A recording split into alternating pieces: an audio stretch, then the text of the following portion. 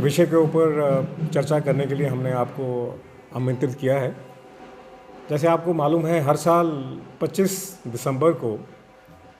हमारे पूर्व प्रधानमंत्री और भारत रत्न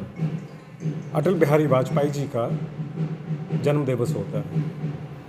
और जो इनका ये जन्म दिवस 25 दिसंबर को होता है, उसको हमारी भारतीय जनता पार्टी में एक त्यौहार के रूप में मनाया जाता है, जिसको हम सुशासन दिवस कहते हैं। और ये जो सुशासन दिवस है, ये दिवस को मनाने के लिए, इस दिवस को समझने के लिए और इस दिवस के यहाँ तक पहुँचने के लिए भारतीय जनता पार्टी का 60-65 साल का बहुत बड़ा एक लंबा सफ़र है, जो तय करके यहाँ तक पहुँचे हैं। हमारे देश में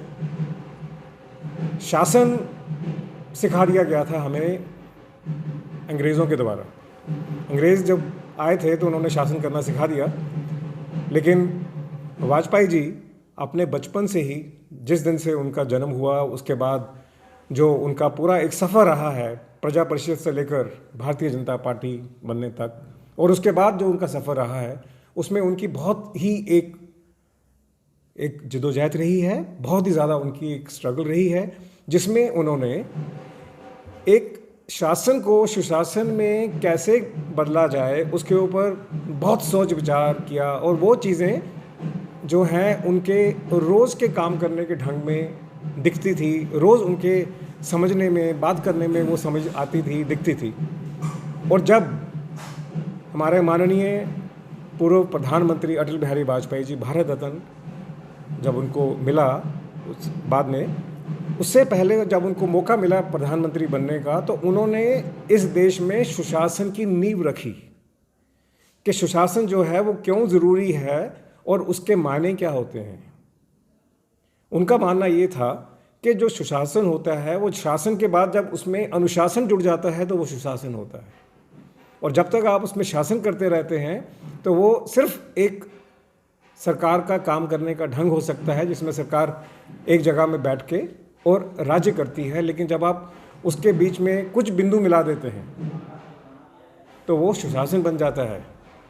क्योंकि जो सरकारें डिलिमिटेशन कमेटी को on the basis of religion कभी भी डिलिमिटेशन कमेटी प्रेफरेंस नहीं देती है, लेकिन जहां पर हम देखते हैं माइनॉरिटीज है, चाहे सरदार भाई माइनॉरिटीज है कश्मीर में या कश्मीरी पंडित है, जो लोग पूरे इग्नोर हो रहे हैं इस डिलिमिटेशन जो अभी तक इसका प्रोसेस आया है, तो हम लोग रिक्वेस्ट कर रहे हैं ऑनरेबल होम मिनिस्टर साहब से, ऑनरेबल पीएम से, कि इनको इग्नोर ना किए till we go back to Kashmir, till we go back to Kashmir. तब तक कम से कम हमें एक स्पेशल स्टेटस बना के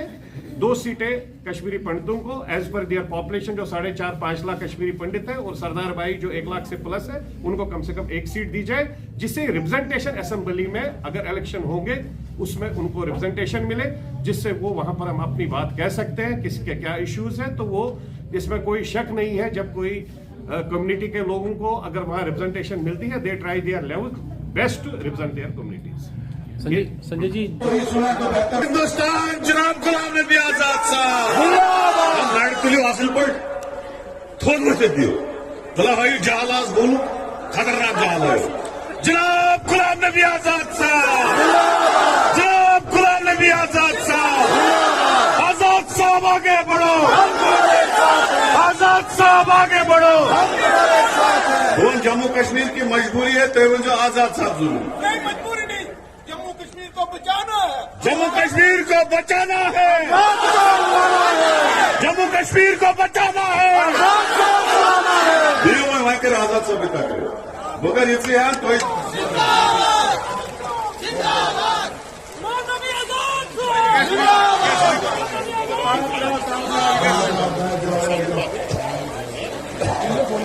ये नियामत है, क्या बात है।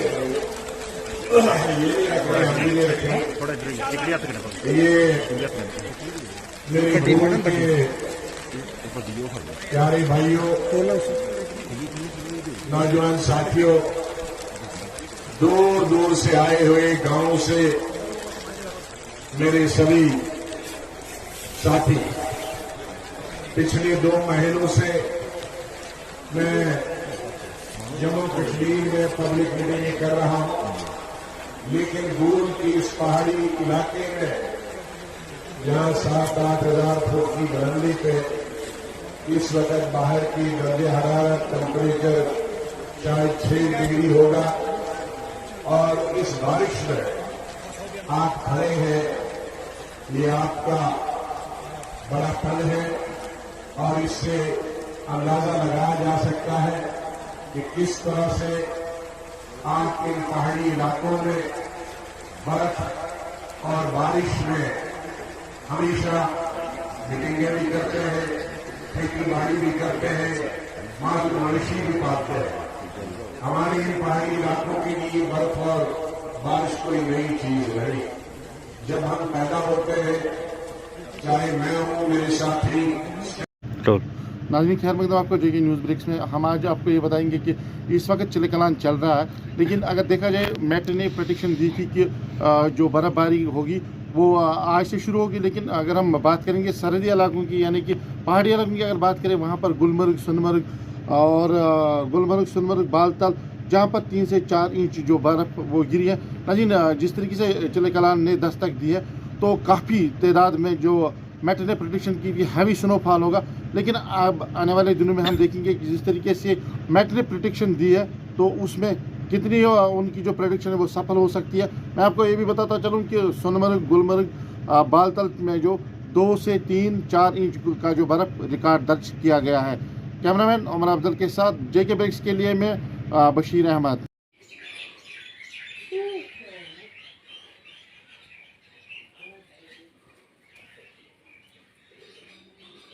माध्यम से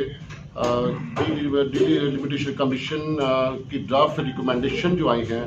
सबसे पहले हम उनका शुक्रिया अदा करते हैं, क्योंकि ये हमारी बड़ी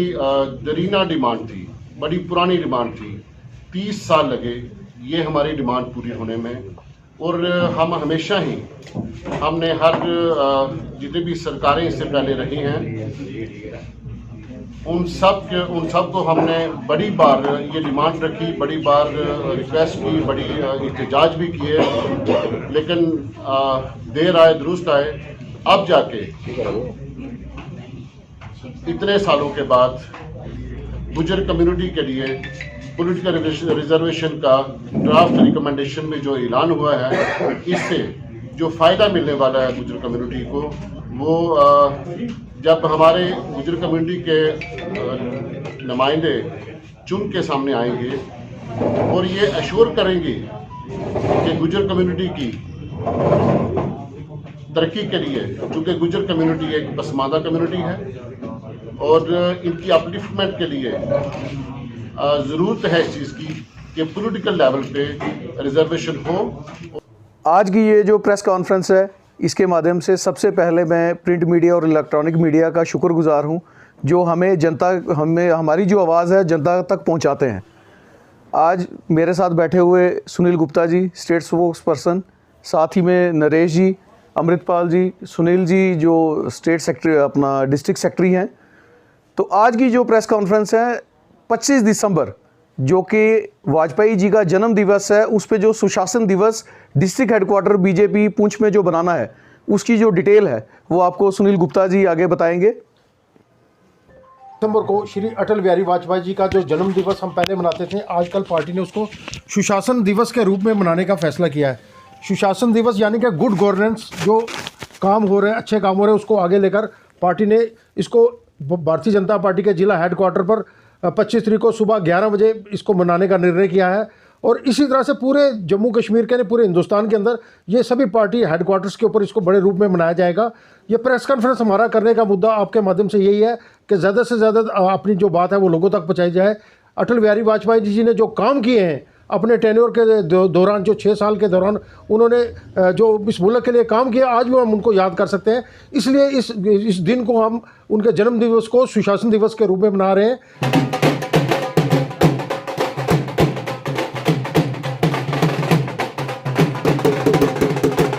नाम मेरा हारून चौधरी।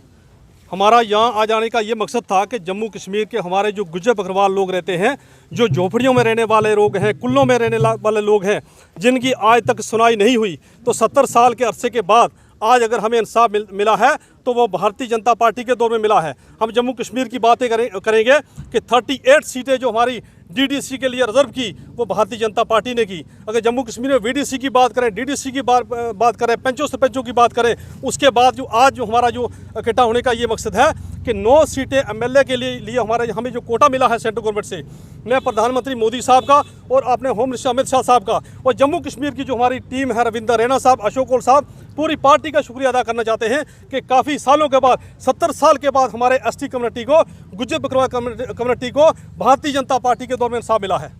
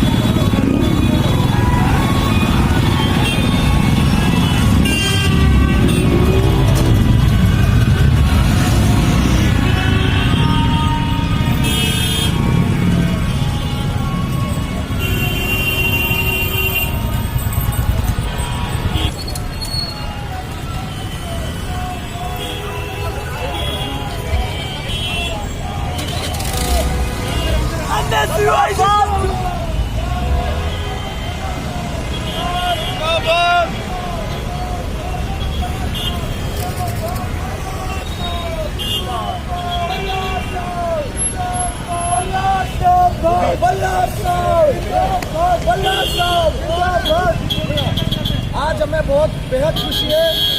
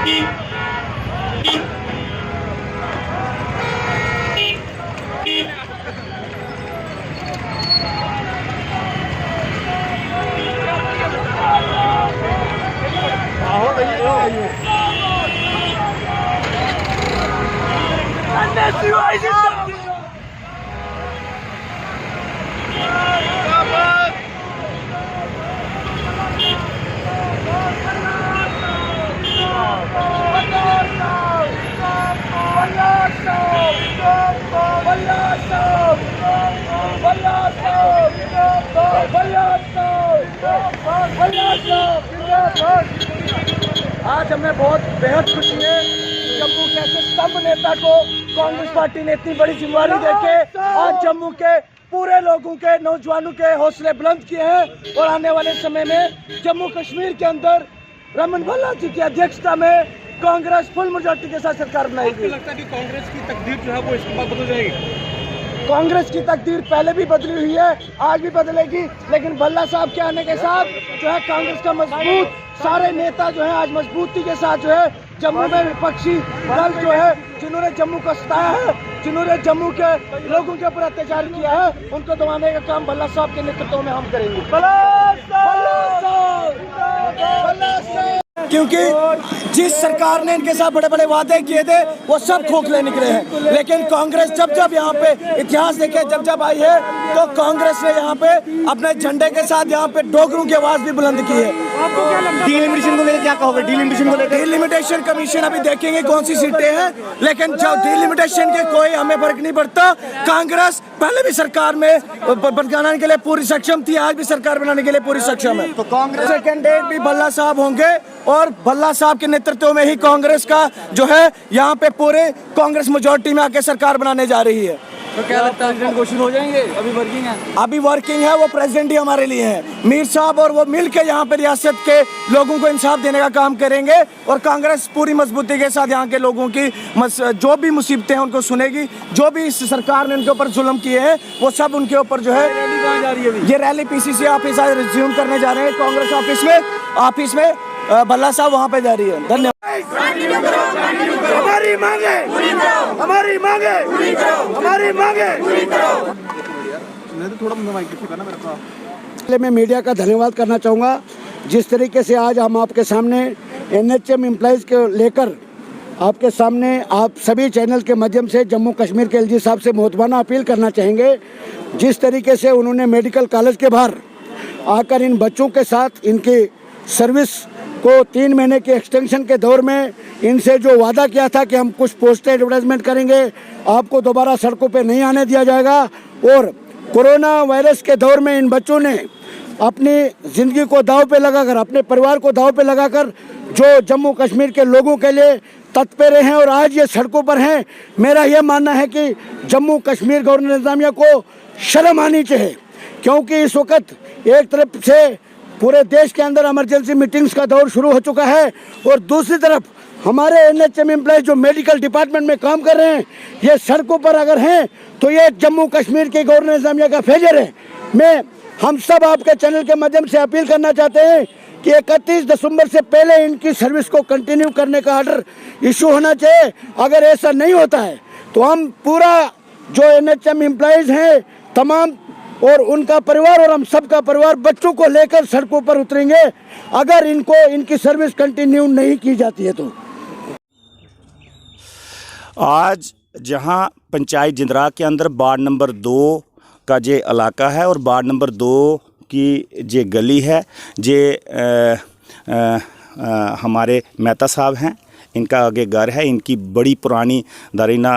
डिमांड थी कि जहां गली में जो है वो इंटरलॉकिंग टाइल जो है वो लगवाई जाए और 10 फुट चौड़ी जो है वो गली जहां से लेके इनके घर तक जो है वो बनाई जाए। और पंचायत जिंदरा की तरफ से जो है 3.5 लाख रुपए का बजट हम लोगों ने कपैक्स बजट में जो है वो रखा गया, क्योंकि एमजी नरेगा के अंदर पक्के काम जो है 100% वो हो नहीं सकते, वहाँ पे कच्चे काम होते हैं, उसमें जे बन नहीं सकती थी। तो इसलिए कपैक्स में जे 3.5 लाख की राशि जो है वो रखी गई और कपैक्स बजट में जे है जे गली जो है 3.5 लाख के करीब जो है इसका टेंडर हुआ है और जो ठेकेदार जिन्होंने टेंडर लिया है वो जे बनाएंगे। और जे मैं मुबारकबाद वार्ड नंबर 2 के तमाम हमारे जो मोजिज़ लोग हैं, हमारे पैन साहबा जो हैं जहाँ पे अंजू देवी जी, इनको भी मुबारकबाद है, जो हमारे मोजिज़ जहाँ पे हैं जिनके आशीर्वाद से हम लोग पंचायत जिंदरा में काम कुछ कर पा रहे हैं। और जे काम अनिल शर्मा नहीं करवा रहा, जे काम जिंदरा का सरपंच नहीं करवा रहा, जे काम सारे जिंदरा के जो लोग हैं जिनके आशीर्वाद से हम जे कर पा रहे हैं, जे सारा योगदान जो है जिंदरा पंचायत के लोगों को जाता है, मौजूद लोगों को जाता है, जिनका आशीर्वाद हमारे साथ है। तो इसलिए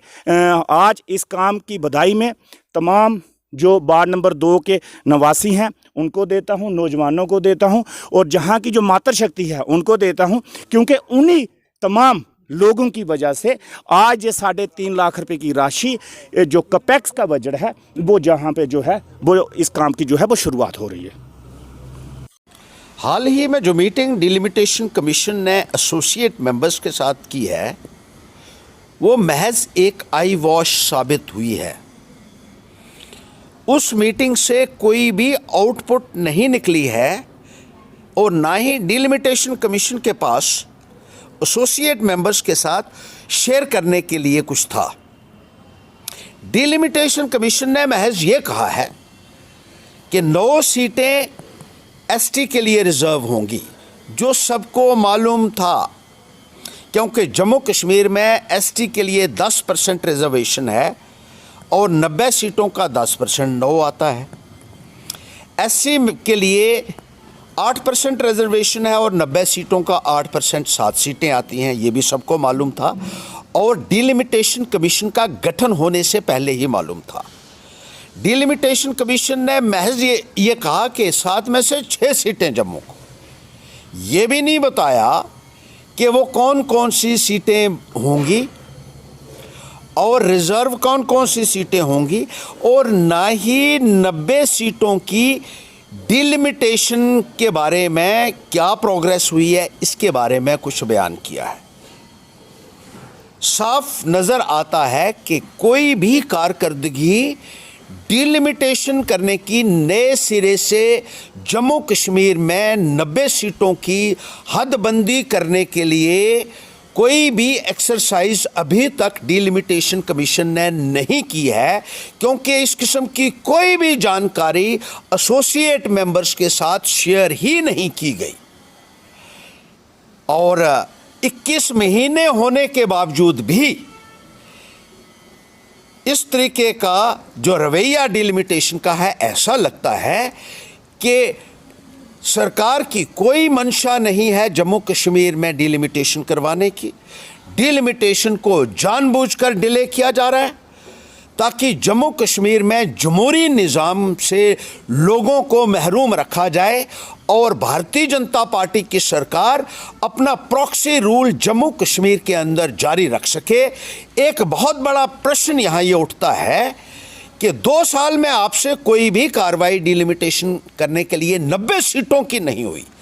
लेकिन 2002 में जब डिलिमिटेशन कमीशन का गठन हुआ जस्टिस कुलदीप सिंह जी की अध्यक्षता में, तो पूरे हिंदुस्तान की डिलिमिटेशन हुई, जिसमें 4121 असेंबली सीटों की डिलिमिटेशन हुई और 538 पार्लियामेंट सीटों की डिलिमिटेशन। हाल ही में जो मीटिंग डिलिमिटेशन कमीशन ने एसोसिएट मेंबर्स के साथ की है, वो महज एक आई वॉश साबित हुई है। उस मीटिंग से कोई भी आउटपुट नहीं निकली है और ना ही डिलिमिटेशन कमीशन के पास एसोसिएट मेंबर्स के साथ शेयर करने के लिए कुछ था। डिलिमिटेशन कमीशन ने महज ये कहा है कि 9 सीटें एसटी के लिए रिजर्व होंगी, जो सबको मालूम था, क्योंकि जम्मू कश्मीर में एसटी के लिए 10% रिजर्वेशन है और 90 सीटों का 10% 9 आता है। एससी के लिए 8% रिजर्वेशन है और 90 सीटों का 8% 7 सीटें आती हैं, ये भी सबको मालूम था और डिलिमिटेशन कमीशन का गठन होने से पहले ही मालूम था।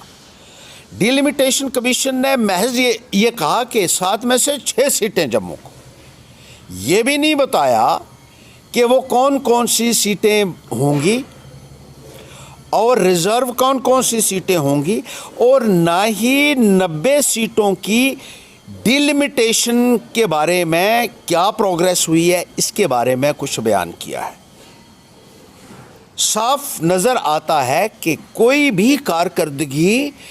डिलिमिटेशन करने की नए सिरे से जम्मू कश्मीर में 90 सीटों की हदबंदी करने के लिए कोई भी एक्सरसाइज अभी तक डिलिमिटेशन कमीशन ने नहीं की है, क्योंकि इस किस्म की कोई भी जानकारी एसोसिएट मेंबर्स के साथ शेयर ही नहीं की गई। और 21 महीने होने के बावजूद भी इस तरीके का जो रवैया डिलिमिटेशन का है, ऐसा लगता है कि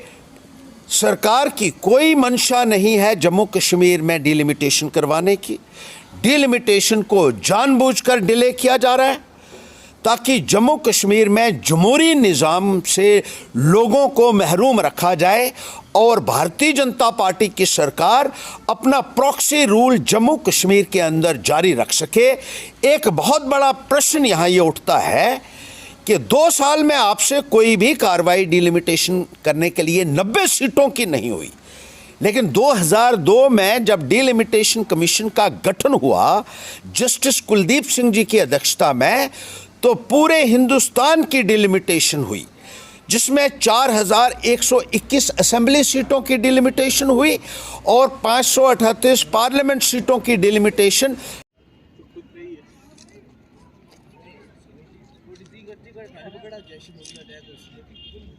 जो ये फील्ड ट्रिप्स होते हैं ना स्टूडेंट्स के, जो आप क्लासेस में विद इन दी 4 वॉल पढ़ाते हो, उसको प्रैक्टिकली फील्ड में दिखाने से बच्चों को नॉलेज जो है उसमें एक्सपीरियंस जो है वो ज़्यादा इंक्रीज़ होता है और ज़्यादा ग्रास्पिंग होती है किसी भी सब्जेक्ट की। आज ये हिस्ट्री का टूर जा रहा है, हिस्टोरिकल इम्पोर्टेंस की जब चीज़ें खुद देखेंगे आप वहाँ पर, उससे आपको जो कल्चर रिफ्लेक्ट होगा। और ये न्यू एजुकेशन पॉलिसी का एक इम्पॉर्टेंट फैक्टर है जो 2020 में लागू की है गवर्नमेंट ऑफ इंडिया ने, कि आप वहाँ की लोकल चीज़ों को देखें, देखकर आप वहाँ के कल्चर को वहाँ के ट्रेडिशंस को, वहाँ की जो हिस्टोरिकल इम्पॉर्टेंस हैं उनको देखें, देखकर जो है बच्चों को डायरेक्ट नॉलेज इम्पार्ट करें, ताकि बुकिश लैंग्वेज जो पहले सिस्टम था कि ऑनली आप सिलेबस याद कर लें और एग्ज़ाम में आ जाएं, अपीयर हो जाएं तो पास हो जाएंगे, वो एजुकेशन पॉलिसी चेंज हो गई है। ये बहुत अच्छा स्टेप है। हमारा कॉलेज ये चौथा पाँचवां टूर लेके जा रहा है, पहले हमारा AVS वगैरह का टूर भी गया है। तो ये हम इनको फील्ड ट्रिप करवाते हैं, जिसमें फील्ड में रियलिटी में चीज़ों को करके दिखाते हैं और रियलिटी में दिखाते हैं फिज़िकली कि ये चीज़ क्या है, बजाय इसके कि वो बुकिश ही रहें।